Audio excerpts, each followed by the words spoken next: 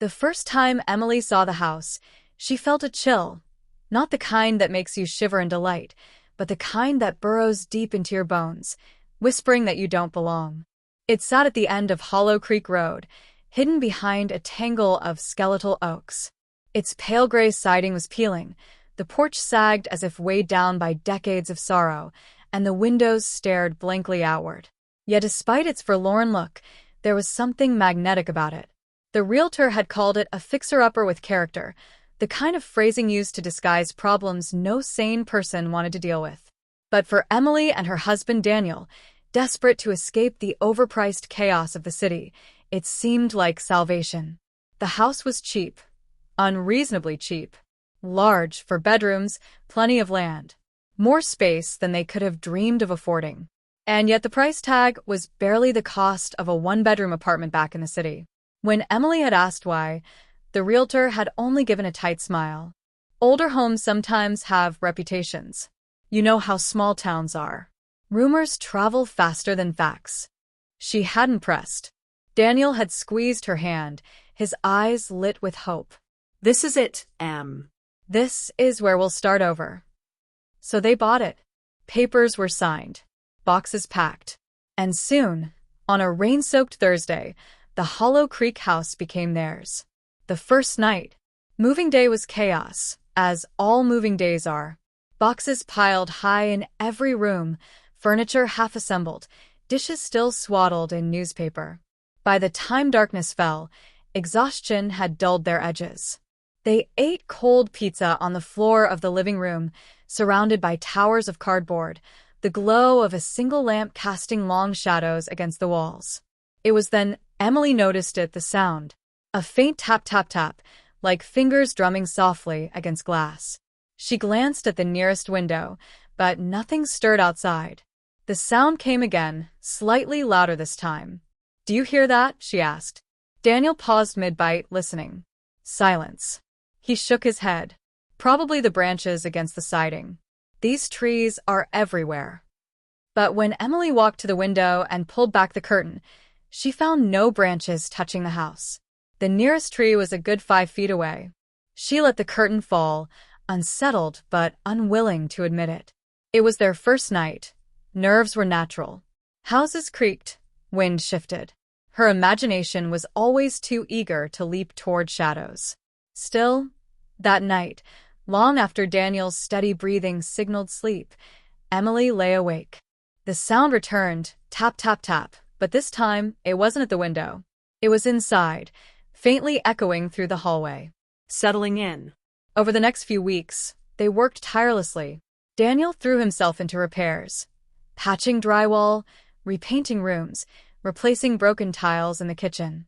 Emily handled unpacking, cleaning, and trying to turn the house into something resembling a home. But small things began to gnaw at her. Boxes she knew she had unpacked would appear taped shut again in the garage. Tools Daniel swore he had left on the counter vanished, only to be found days later in the attic. And always, that sound, the tapping. Sometimes at the windows, sometimes against the pipes, sometimes echoing from the crawlspace beneath the floorboards. When she mentioned it to Daniel, he laughed it off. "This place is old, Em. Houses make noise. Pipes knock, wood shifts, critters run around in the walls." But Emily wasn't convinced. The sound wasn't random. It was patterned. 3 taps, pause. 3 taps, pause. Like a code. Like someone trying to speak. The basement. It wasn't until the 3rd month that Emily ventured into the basement. She had avoided it until then, uneasy about its narrow staircase and the heavy wooden door that seemed to swell shut when it rained. But that day, while looking for the missing box of photo albums, she finally descended. The air was colder there, damp with a sour smell of rot and rust. A single bulb swung overhead, casting her shadow long and thin across the concrete floor. At first, it was just the usual clutter of an old house. Rusted shelves, broken tools, forgotten furniture draped in sheets. But then she saw it, carved into the wall near the far corner. 3 deep grooves. Paused. 3 more. Paused. Her chest tightened. It was the same pattern as the tapping. She crouched, running her fingers over the grooves. They weren't random scratches. They were deliberate. Markings cut deep into the stone foundation. Behind her, something shifted. A scrape of wood against concrete. Emily spun, heart hammering. But nothing moved. The bulb flickered once, then steadied. Still, she didn't go down there again. The tapping grows. By winter, the tapping had become constant. Sometimes soft and distant, sometimes so loud it seemed to rattle through the walls. At night, it woke Emily from dreams, filling her ears until she swore she could feel the vibrations against her skull. One night, unable to take it any longer, she shook Daniel awake. "You hear it now, don't you? Tell me you hear it." He rubbed his eyes, annoyed. It's the wind. Go back to sleep." But when he rolled over, she swore she saw the window pane pulse with each tap, as though something unseen pressed against the glass from outside. The neighbor. It was Mrs. Calhoun, their neighbor from 2 houses down, who finally broke the silence. They had crossed paths only a few times, a frail woman in her 70s, always in a faded cardigan, always watching. That morning, as Emily carried groceries from her car, Mrs. Calhoun shuffled up the drive. "You're still in that house," she said, her voice thin as tissue. Emily forced a smile. Yes. "We've been fixing it up. It's coming along." Mrs. Calhoun shook her head. "Shouldn't be here. Nobody should." Emily frowned. "What do you mean?" The old woman's eyes darted to the house, then back. "People don't stay. Never do. Not since the Hollow Creek murders." The name landed like ice in Emily's stomach. Murders? But before she could ask more, Mrs. Calhoun clutched her cardigan tighter and shuffled away, leaving Emily frozen on the driveway. That night, she searched online. At first, nothing. But then, buried in local archives, she found it. 20 years ago, a family of 5 had lived in the Hollow Creek house. Parents, 3 children. One winter night, neighbors reported screams. By the time police arrived, the entire family was dead. The father had been found in the basement, his body curled against the wall, fingernails torn and bloody from carving into the stone. The pattern he had carved? 3 grooves. Pause. 3 grooves. Pause. The exact rhythm she heard every night. Emily slammed the laptop shut, heart pounding. From the hallway came the sound. Tap, tap, tap. Pause. Tap, tap, tap. And for the first time, Daniel sat up in bed and whispered, "Emily, I hear it too." The scratches in the walls.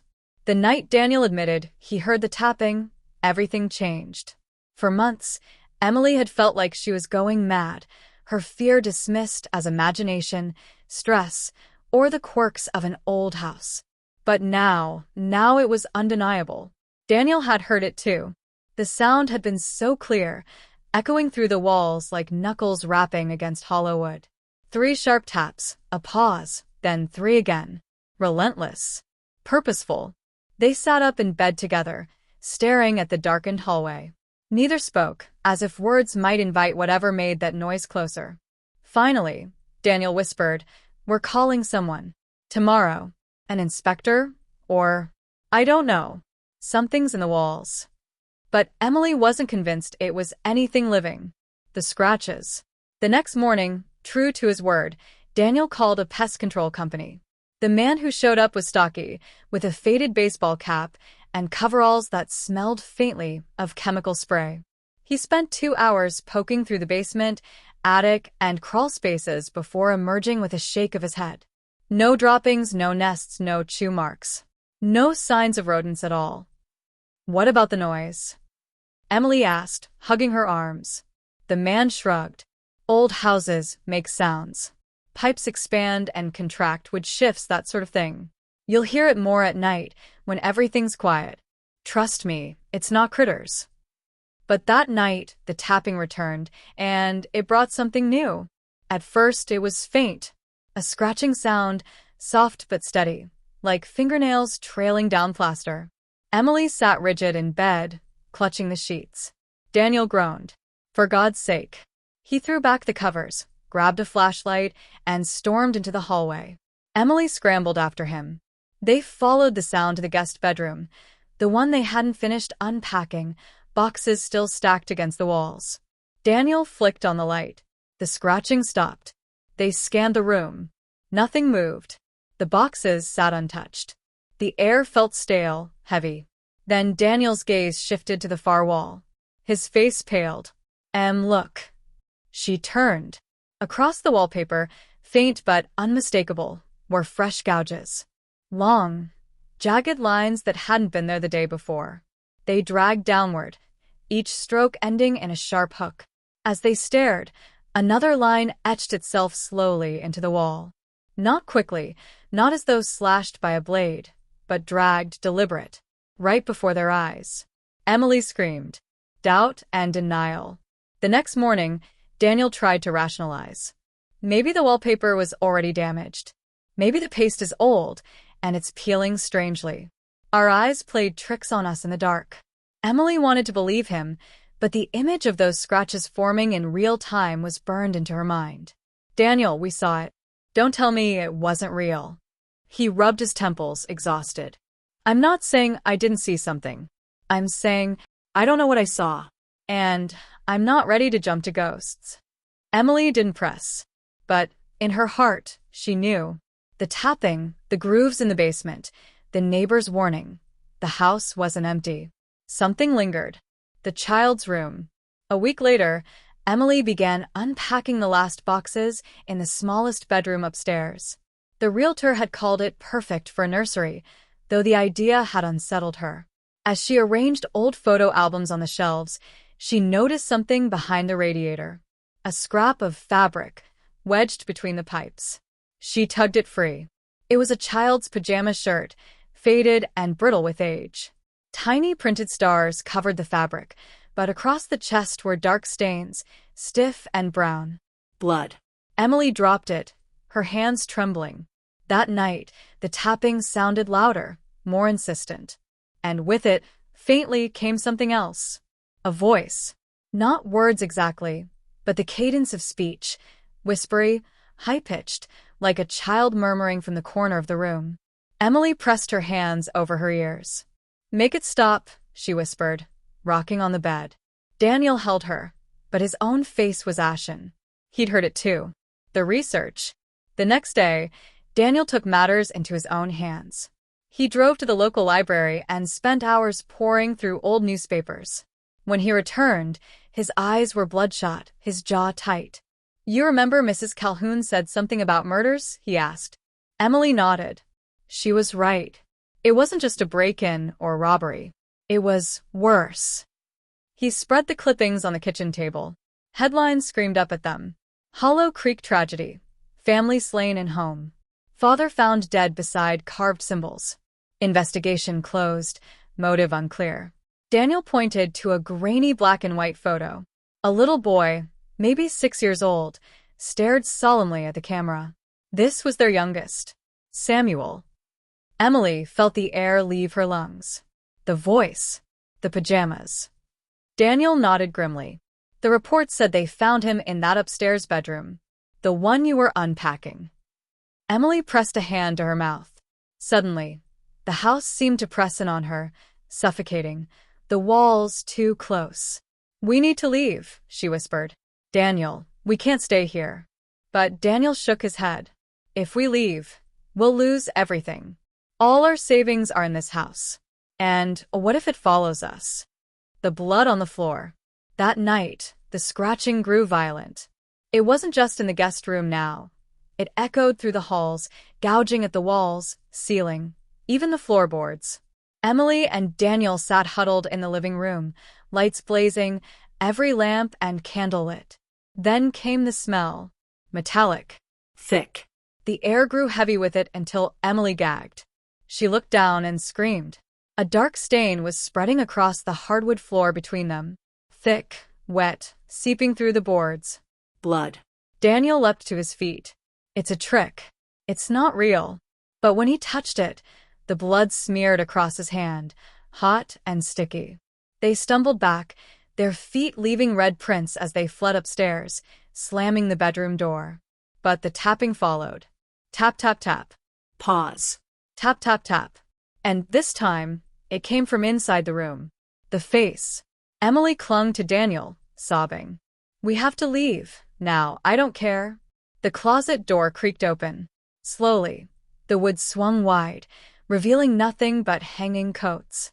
Then, from the darkness between the clothes, a pale face emerged. A child's face. Hollow eyes.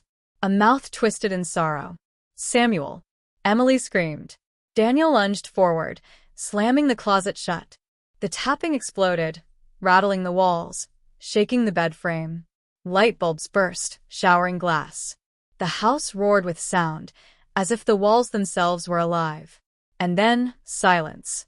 Aftermath. They didn't sleep that night. When morning came, they packed bags, determined to leave. But as Emily loaded clothes into a suitcase, she found something folded neatly on the bed. The pajama shirt. The one she'd found behind the radiator.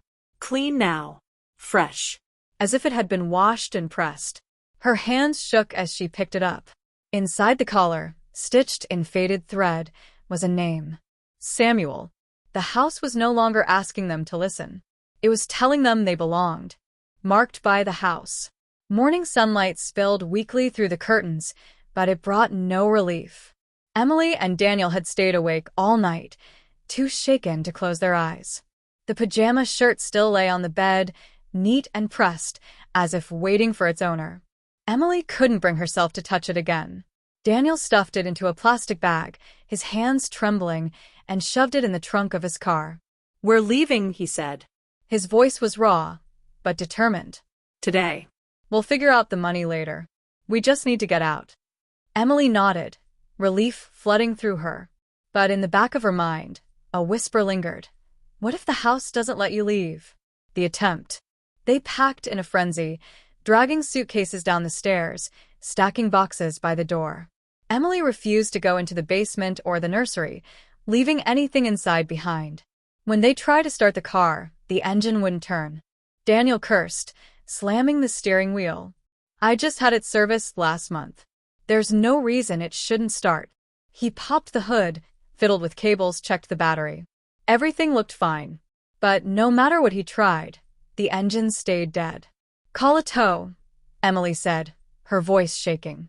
Daniel dialed, but the phone screen glitched, flickering with static before going black. Emily tried hers, same result. No service, no power. She stared at the looming house. Its blank windows seemed to watch them. It doesn't want us to go, she whispered. The mark. That night, trapped once again, Daniel insisted they sleep in shifts. He took the first watch, sitting on the edge of the bed with a baseball bat in his lap. Exhaustion dragged Emily under quickly. When she woke, it was to the sound of Daniel groaning. She sat up. He was doubled over on the floor, clutching his arm. Daniel? What's wrong? He turned toward her, and her stomach dropped. Across his forearm, angry red welts had risen in the shape of scratches. Not random, but deliberate. 3 lines. Pause. 3 more. The same pattern carved into the basement wall. Emily scrambled to him, her hands hovering helplessly. The scratches looked fresh, the skin broken in places, blood beading. I didn't do this, Daniel whispered, his voice breaking. I was just sitting here and then it burned, like fire under my skin. Emily pressed a towel against the marks, but deep down, she knew. The house had claimed him. The shifting rooms. From that night on, the house began to change. Doors led to places they hadn't before. The hallways stretched longer than it should, turning corners that didn't exist on the floor plan. Once, Emily opened the kitchen door to find herself staring into the basement stairwell. She slammed it shut, her breath ragged. The house is rearranging itself, she told Daniel, her voice trembling. He didn't argue. His eyes were dull, his movements sluggish, as if the scratches had drained something from him. Sometimes, she caught him staring at the walls, lips moving silently. When she asked what he was doing, he blinked, confused, as if he hadn't realized he was speaking at all. The voice. One night, as snow drifted thick outside, Emily woke to find the other side of the bed empty. Panic surged. She bolted upright. Daniel? She heard him in the hallway, murmuring. She followed the sound, heart pounding. He was standing in front of the nursery door, one hand pressed flat against the wood. "They're waiting," he whispered. "Who's waiting?" she demanded, grabbing his shoulder. He turned to her, eyes glassy. "The children." Her blood ran cold. Inside the nursery, the air was icy. The window was rimed with frost, though it hadn't been open. The wallpaper, once pale blue, was peeling, revealing dark stains underneath. And on the floor sat 3 small shapes. Children. Their faces were pale and sunken, eyes hollow pits. The smallest, the boy, clutched the pajama shirt she thought was gone. Emily screamed. Daniel didn't move. "They want us to stay," he murmured, as if in a trance. The possession. Over the following days, Daniel grew worse. His scratches festered, darkening into deep grooves that refused to heal. Sometimes at night, Emily heard him scratching the walls, carving the same marks she'd seen in the basement. When she confronted him, he denied it, but his fingernails were chipped, caked with plaster. One morning, she woke to find him standing over her, bat in hand. His face was blank, his eyes unfocused. "Daniel?" she whispered. He blinked, confusion flashing across his face. He dropped the bat, stumbling back. I don't know why I did that. I didn't mean." But Emily could see it. The house was inside him now. The basement return. Desperation drove Emily back into the basement. She told herself there had to be an answer, something left behind from the family before them. She descended with a flashlight, every step creaking like a warning. The air was suffocating, metallic with a scent of old blood. She swept the light across the walls and froze. The carvings were everywhere now. Not just the grooves she'd seen before, but words, etched in frantic strokes. "Let us out. It won't let go. Blood for blood." And near the corner, half hidden behind a shelf, she found something worse. A journal. The leather cover was stained, the pages warped from damp. She opened it with shaking hands. The writing was scrawled uneven. "I can't stop hearing them. They tap at the walls, they whisper in the night. The children want to leave, but the house keeps them here. It wants more. Always more." The last entry was a jagged mess of ink and blood. "It chose me. Now it chooses us." The flashlight flickered. From the shadows, a voice whispered, "Stay with us, Emily." She dropped the journal, bolted up the stairs, and slammed the door behind her. Daniel's change. She found Daniel in the living room, staring blankly at the wall. "Daniel, listen to me. We have to go. We can't wait for the car. We can't wait for help. We just have to run." Slowly, he turned to her. His eyes were no longer the warm brown she knew. They were clouded, milky, like old glass. "We can't leave," he said softly. "It won't let us. We belong here now." "No," Emily shouted, tears streaking her face. "That's not you. Fight it." But he only smiled faintly, raising his scratched arm. The wounds glowed faintly in the dim light, pulsing like open mouths. "Don't you hear them, Em? They're calling. They just want us to be a family again." Behind him, the tapping began, faster now, louder. Not just one rhythm, but many, overlapping, until the whole house seemed to throb with sound. Tap, tap, tap. Pause. Tap, tap, tap. The walls shuddered. The floorboards buckled. And from the nursery, the children's laughter rang out. The choice. That night, Emily locked herself in the bedroom, barricading the door while Daniel paced outside, whispering to voices she couldn't hear. She held the journal tight, her mind racing. The last entry echoed in her head. "It chose me. Now it chooses us." The house wanted them. It had marked Daniel. And if she stayed, it would mark her too. But what terrified her most was the possibility that Daniel no longer wanted to leave. When the tapping started again, she pressed her hands to her ears, rocking on the floor. She had only 2 choices left: save herself or stay and be consumed. And as the house groaned and whispered around her, she realized it might already be too late. The last night, Emily hadn't slept in 2 days. Her body shook with exhaustion, but she didn't dare close her eyes. Every time she tried, she saw them. The children's hollow faces, Daniel's glassy stare, the words scrawled into the walls. The journal lay on her lap, its last entry burned into her mind. It chose me. Now it chooses us. The house wanted them, needed them, and she was running out of time. Daniel's descent. Daniel no longer spoke to her, as he once did. His words came in whispers, mutters to unseen figures. Sometimes he'd stand in the hallway for hours, tapping his fingers against the wall in the rhythm they both knew too well. Tap, tap, tap. Pause. Tap, tap, tap. The scratches on his arm had spread, curling up his shoulder, angry and inflamed. Emily begged him to see a doctor, but he only laughed softly. They're not wounds, Em. They're invitations. She had stopped arguing. He wasn't her Daniel anymore, or at least not fully. The house had hollowed him out, filling the empty spaces with its whispers. A desperate plan. Emily clung to one thought. Burn it down. If the house was the cage, then fire could break it. She told herself the ghosts would be freed, that she and Daniel could escape before the flames consumed it all. So she gathered what she could, old rags, cleaning supplies, matches from the kitchen drawer. She hid them in the bedroom closet, away from Daniel's prying eyes. But the house seemed to sense her intent. The air grew thicker, colder. The lights flickered more violently. And at night, she dreamed of fire consuming her instead, her body smoldering in the ruins while the house still stood untouched. The warning. On the third night of her plan, she woke to find the pajama shirt laid across her chest. She screamed, throwing it to the floor.